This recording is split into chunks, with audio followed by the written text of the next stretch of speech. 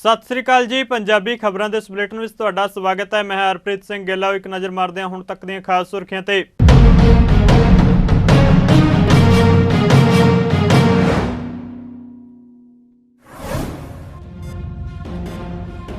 जम्मू कश्मीर के अनंतनाग में ग्रेनेड धमाका, 2 सुरक्षा कर्मियों समेत 4 लोग जख्मी। सुरक्षा बलों वालों इलाके में तलाशी मुहिम जारी।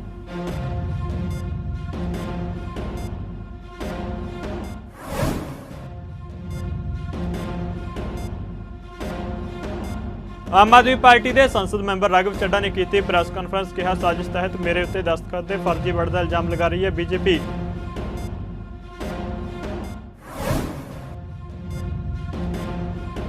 पंजाब के कैबिनेट मंत्री चेतन सिंह जोड़ा माजरा ने समाणा हल्के के हड़ प्रभावित लोगों को सौंपया मुआवजा। 94 लोगों के बैंक खाते में पाई गई 32 लाख रुपए की मुआवजा राशि।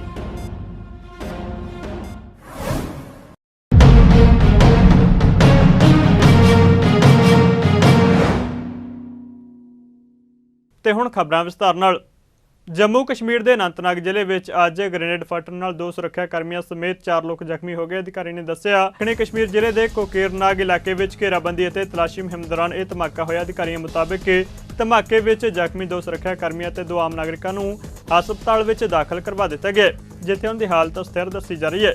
इस तो बाद इलाके में तलाशी मुहिम जारी है।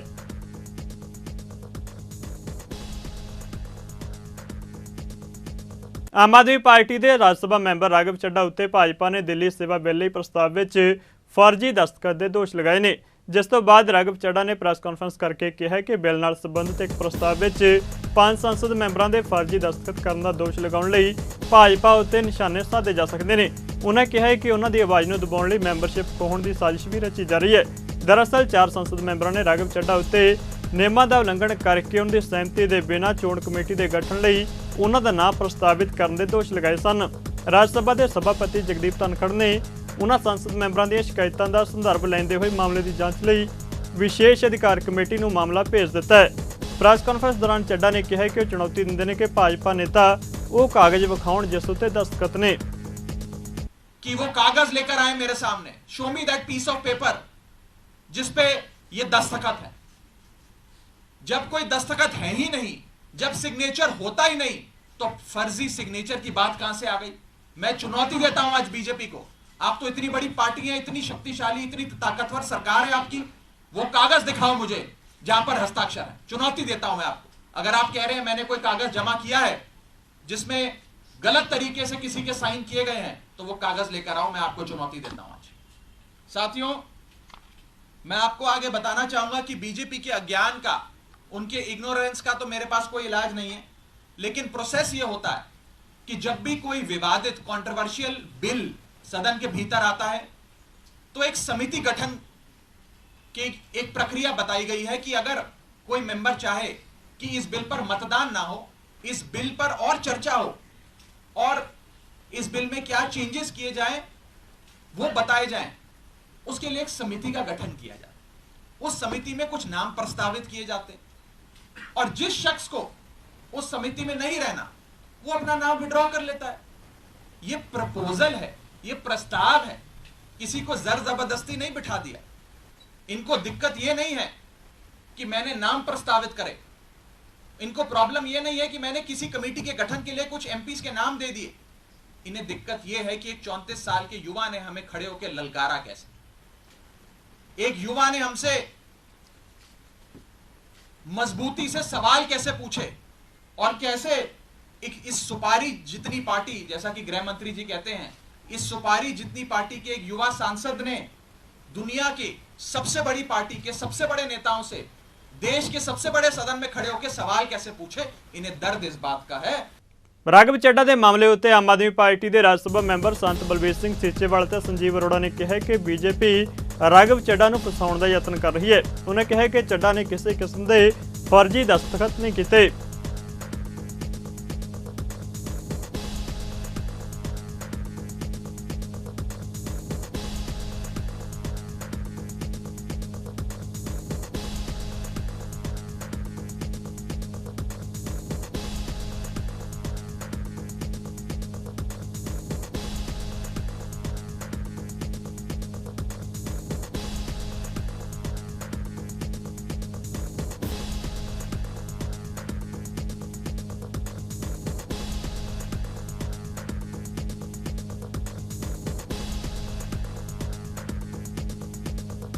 पॉलिटिकल एम्स खराब करने के लिए को संसद तक कहीं हुए ही नहीं, क्योंकि यही बात के लिए पीसी की गई कि कहीं किसी के सिग्नेचर है ही नहीं। उसी को जो सिग्नेचर का मुद्दा उभारा जा रहा है वो इसी को स्पष्टीकरण देने के लिए कि किसी का सिग्नेचर ये है तो वो दिखा सकता है कि जहाँ इनके सिग्नेचर है।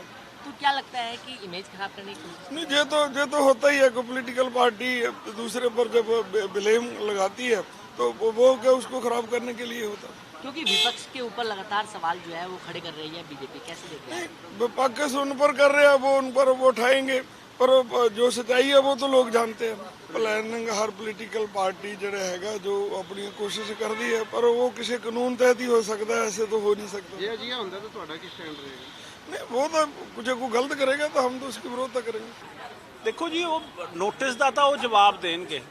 ਅੱਜ ਤਾਂ ਮੇਨਲੀ ਇਹ ਸੀ ਵੀ ਉਹਨਾਂ ਨੇ ਕੋਈ ਫੋਰਸ ਸਿਗਨੇਚਰ ਨਹੀਂ ਕੀਤੇ। ਦੇਖੋ ਅੱਜ ਕੱਲ ਇਹ ਸੋਸ਼ਲ ਮੀਡੀਆ ਤੇ ਸਾਰਾ ਫਾਇਰ ਵਾਂਗੂ ਫੈਲ ਜਾਂਦਾ ਕਿ ਇਹਨਾਂ ਨੇ ਕੋਈ ਫੋਰਸ ਸਿਗਨੇਚਰ ਕੀਤੇ ਹੈਗੇ, ਉਹਦੇ ਬਾਰੇ ਕਲੈਰੀਫਿਕੇਸ਼ਨ ਸੀਗੀ। जी क्या लगता है कि इमेज को डिफेम करने की कोशिश की गई है यहाँ पर? ਨਹੀਂ ਦੇਖੋ ਜਿੰਨੇ ਤਾਂ ਇਹ ਕਿਹਾ ਕਿ ਇਹਨਾਂ ਨੇ ਫੋਰਸ ਸਿਗਨੇਚਰ ਕੀਤੇ, ਉਹ ਤਾਂ ਨੈਚੁਰਲੀ ਮੈਂ ਇਹੀ ਕਹੂੰਗਾ ਕਿਉਂਕਿ ਕੋਈ ਡਾਕੂਮੈਂਟ ਨਹੀਂ ਫੋਰਸ ਸਿਗਨੇਚਰ ਦੇ, ਨਾ ਕਿਸੇ ਕੋਲ ਹੈਗਾ ਤੇ ਨਾ ਹੋਏ ਆ। ਪੰਜਾਬ ਦੇ ਸੂਚਨਾ ਤੇ ਲੋਕ ਸੰਪਰਕ ਮੰਤਰੀ ਚੇਤਨ ਸਿੰਘ ਜੋੜਾ ਮਾਜਰਾ ਨੇ ਐਸਟੀਐਮ ਦਫ਼ਤਰ ਵਿੱਚ ਹੜ੍ਹ ਪ੍ਰਭਾਵਿਤ 94 ਲੋਕਾਂ ਨੂੰ ਦੇ ਨੁਕਸਾਨੇ ਮਕਾਨਾਂ ਦੇ ਮੁਆਵਜ਼ੇ ਵਜੋਂ 32 ਲੱਖ ਰੁਪਏ ਬੈਂਕ ਖਾਤਿਆਂ ਵਿੱਚ ਪਾਉਣ ਦੇ ਦਸਤਾਵੇਜ਼ ਸੌਂਪੇ ਨੇ। ਕੈਬਨਿਟ ਮੰਤਰੀ ਨੇ ਕਿਹਾ ਕਿ ਮੁੱਖ ਮੰਤਰੀ ਭਗਵੰਤ ਮਾਨ ਪਹਿਲਾਂ ਹੀ ਐਲਾਨ ਕਰ ਚੁੱਕੇ ਨੇ ਕਿ ਹੜ੍ਹਾਂ ਕਾਰਨ ਲੋਕਾਂ ਦੇ ਹੋਏ ਨੁਕਸਾਨ ਦਾ ਇੱਕ ਪੈਸਾ ਮੁਆਵਜ਼ੇ ਵਜੋਂ ਦਿੱਤਾ ਜਾਵੇਗਾ। ਇਸ ਤੋਂ ਬਿਨਾਂ ਮੁੱਖ ਮੰਤਰੀ ਦੇ ਹੁਕਮਾਂ ਉੱਤੇ ਹੜ੍ਹਾਂ ਨਾਲ ਹੋਏ ਫਸਲਾਂ, ਘਰਾਂ ਅਤੇ ਹੋਰ ਨੁਕਸਾਨ ਦਾ ਪਤਾ ਲਗਾਉਣ ਲਈ ਵਿਸ਼ੇਸ਼ ਗਿਰਦਾਵਰੀ ਕੀਤੀ ਜਾ ਰਹੀ ਹੈ, ਜਿਸ ਨੂੰ 15 ਅਗਸਤ ਤੱਕ ਮੁਕੰਮਲ ਕਰਕੇ ਕਿਸਾਨਾਂ ਨੂੰ ਮੁਆਵਜ਼ਾ ਜਲਦ ਦਿੱਤਾ ਜਾਵੇਗਾ। ਜੋੜਾ ਮਾਜਰਾ ਨੇ ਕਿਹਾ ਕਿ ਹੜ੍ਹਾਂ ਦੀ ਕੁਦਰਤੀ ਮਾਰ ਨੇ ਸੂਬੇ ਅੰਦਰ ਭਾਰੀ ਨੁਕਸਾਨ ਕੀਤਾ ਹੈ, ਪਰ ਪੰਜਾਬ ਸਰਕਾਰ ਨੇ ਮੁੱਖ ਮੰਤਰੀ ਦੇ ਹੁਕਮਾਂ ਉੱਤੇ ਪਹਿਰਾ ਦਿੰਦਿਆਂ ਹੜ੍ਹ ਪੀੜਤਾਂ ਦੀਆਂ ਤਕਲੀਫਾਂ ਨੂੰ ਘਟਾ ਕੇ ਫੌਰੀ ਰਾਹਤ ਦੇਣ ਲਈ ਦਿਨ ਰਾਤ ਇੱਕ ਕਰਕੇ ਹੜ੍ਹ ਪੀੜਤਾਂ ਦੀ ਸਹਾਰ ਲਈ ਹੈ।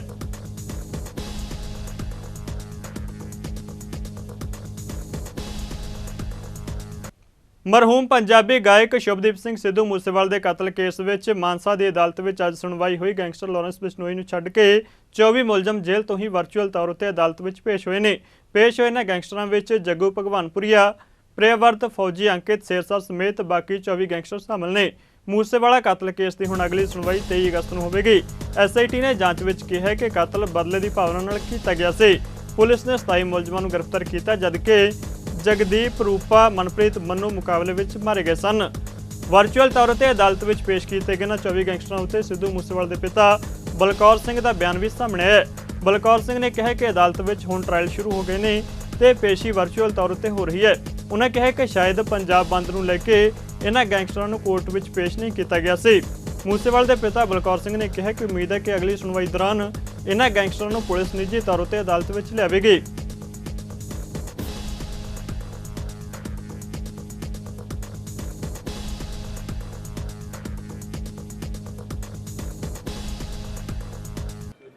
ਇਹ ਥੋੜਾ ਜਿਹਾ ਜਿਹੜਾ ਅੱਜ ਵਾਲਾ ਮਸਲਾ ਹੈ, ਇੱਕ ਦੋ ਗੱਲਾਂ ਮਨ ਦੇ ਵਿੱਚ ਸੀਗੇ, ਇਹਦੇ ਵਿਚਾਰ ਕਰਨ ਵਾਲੀ ਸੀ, ਉਹੀ ਕੀਤੇ ਨੇ। ਉਹ ਹਾਲੇ ਸਮਾਂ ਆਉਣ ਤੋਂ ਦੱਸੂਗਾ, ਕਿਉਂਕਿ ਜਿਹੜੀ ਮੈਂ ਅੱਜ ਦੇਖਿਆ ਇਹ ਹਾਲੇ ਮੈਂ ਨਹੀਂ ਦੱਸ ਸਕਦਾ। ਤੇ ਜਿਹੜਾ ਕੋਰਟ ਵਾਲਾ ਕੰਮ ਉਹ ਤੁਹਾਨੂੰ ਪਤਾ ਹੀ ਵੀ ਥੋੜਾ ਜਿਹਾ ਵਧੀਆ ਅੱਜ ਪੇਸ਼ ਕਰਨੇ ਸੀਗੇ ਤੇ ਪੰਜਾਬ ਬੰਦ ਕਰਕੇ ਸ਼ਾਇਦ ਉਹ ਨਹੀਂ ਆ ਪਾਏ ਅਗਲੀ ਪੇਸ਼ੀ ਦੇ ਉੱਤੇ। ਤੇ ਕੁਝ ਜਿਹੜੀਆਂ ਦਿੱਲੀ ਪੁਲਿਸ ਦੀ ਗ੍ਰਿਫਤਾਰੀਆਂ ਕੀਤੀਆਂ ਨੇ, ਸ਼ਾਇਦ ਆਪਾਂ ਇਹਨਾਂ ਨੂੰ ਇਕੱਠਾ ਕਰਕੇ ਕੋਈ ਨਾ ਕੋਈ ਠੀਕ ਦਿਸ਼ਾ ਵੱਲ ਵਧਾਂਗੇ।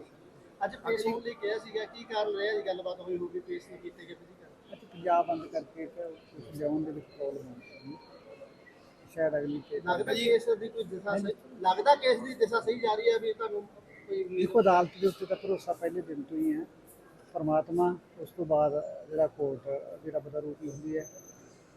ਆਸ ਤਾਂ ਦੇਖੋ ਪਹਿਲੇ ਦਿਨ ਤੋਂ ਬਣੀ ਹੋਈ ਹੈ। ਦੇਰੀ ਜ਼ਰੂਰ ਹੋਈ ਹੈ, ਦੇਰੀ ਵੀ ਤੁਹਾਨੂੰ ਪਤਾ ਵੀ ਜਿੰਨੇ ਦੋਸ਼ੀ ਆ ਸਾਰੇ ਦੂਰ ਦਰਾਡਾ, ਕੋਈ ਕਿਤੋਂ ਬੜਾ ਖਿਲਰਿਆ ਹੋਇਆ ਕੇਸ ਆਪਾਂ ਕਹਿ ਸਕਦੇ ਹਾਂ। ਟਾਈਮ ਤਾਂ ਲੱਗਿਆ ਹੈ ਜੀ, ਪਰ ਹੁਣ ਉਮੀਦ ਵਧੀ ਹੈ ਵੀ ਜਿਹੜਾ ਹੋਣ ਵਾਲਾ ਜਾਂ ਇੱਕ ਦੋ ਪੇਸ਼ੀਆਂ ਜਾਂ ਮਹੀਨੇ 20 ਦਿਨ ਦੀ ਆਪਾਂ ਗੱਲ ਕਰੀਏ ਤਾਂ ਜ਼ਰੂਰ ਇਹਦੇ 'ਚ ਕੁਛ ਨਾ ਕੁਛ ਨਿਕਲੂਗਾ। ਪੋਜ਼ੀਟਿਵਿਟੀ ਲੱਗਦੀ ਹੈ ਥੋੜ੍ਹੀ ਜਿਹੀ ਪਹਿਲਾਂ ਨਾਲੋਂ।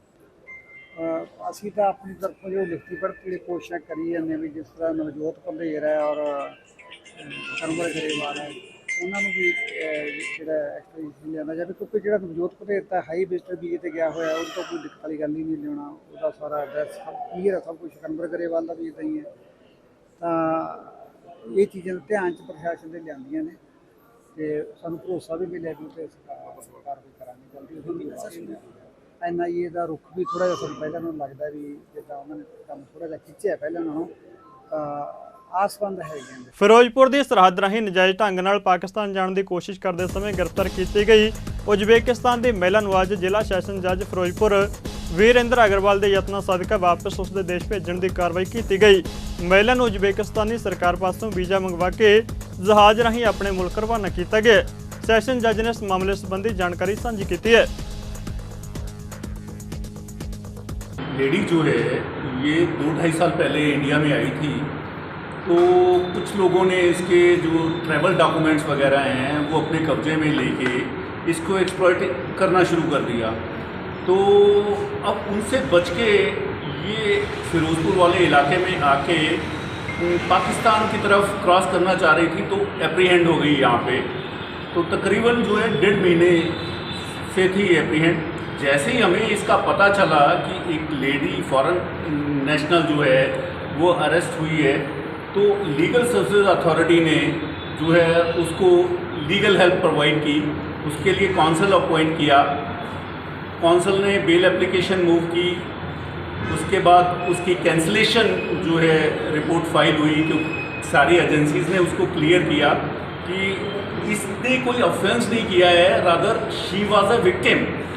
तो अब उसको जो अपने देश में जाने की समस्या थी, क्योंकि उसके पास कोई ट्रैवल डॉक्यूमेंट्स नहीं थे, कोई कुछ नहीं था, तो उसके लिए जो है डिस्ट्रिक्ट लीगल सर्विसेज अथॉरिटी ने एम्बेसी से, उज्बेकिस्तान एम्बेसी से कांटेक्ट किया, उसके ट्रैवल डॉक्यूमेंट्स इशू करवाए गए, और अब जब उसकी कैंसिलेशन वगैरह सारी मंजूर हो गई है और FRO उसका इशू हो गया है, तो आज उसको टिकट्स वगैरह अरेंज करवा के जो है उसके घर में भेजा जा रहा है, सो दैट कि वो अपने बच्चों से, अपनी फैमिली से रीयूनाइट हो सके।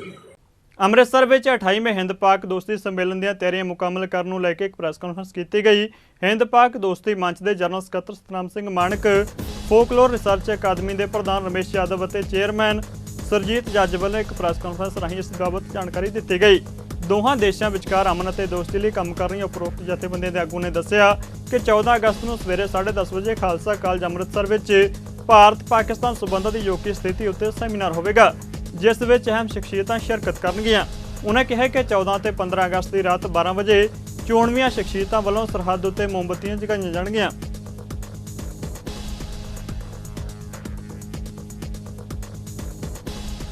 ਦੋਸਤ ਦੀ ਤਰ੍ਹਾਂ ਇਸ ਸਾਲ ਵੀ 14 ਅਗਸਤ ਤੇ 15 ਅਗਸਤ ਦੀ ਜਿਹੜੀ ਦਰਮਿਆਨੀ ਰਾਤ ਆ, ਅਸੀਂ ਹਰ ਸਾਲ ਜਿਹੜਾ ਇੱਥੇ ਦੀਵਾ ਜਗਾਉਂਦੇ ਆ ਕਿ ਜਿਹੜੇ ਇੱਧਰ ਤੋਂ ਉੱਧਰ ਉਜੜ ਕੇ ਗਏ ਨੇ, ਜਾਂ ਜਿਹੜੇ 10 ਲੱਖ ਲੋਕ ਮਾਰੇ ਗਏ ਨੇ, ਉਹਨਾਂ ਦੀ ਯਾਦ 'ਚ ਹੀ ਹਰ ਸਾਲ ਇੱਕ ਸਮਾਗਮ ਕਰਦੇ ਹਾਂ।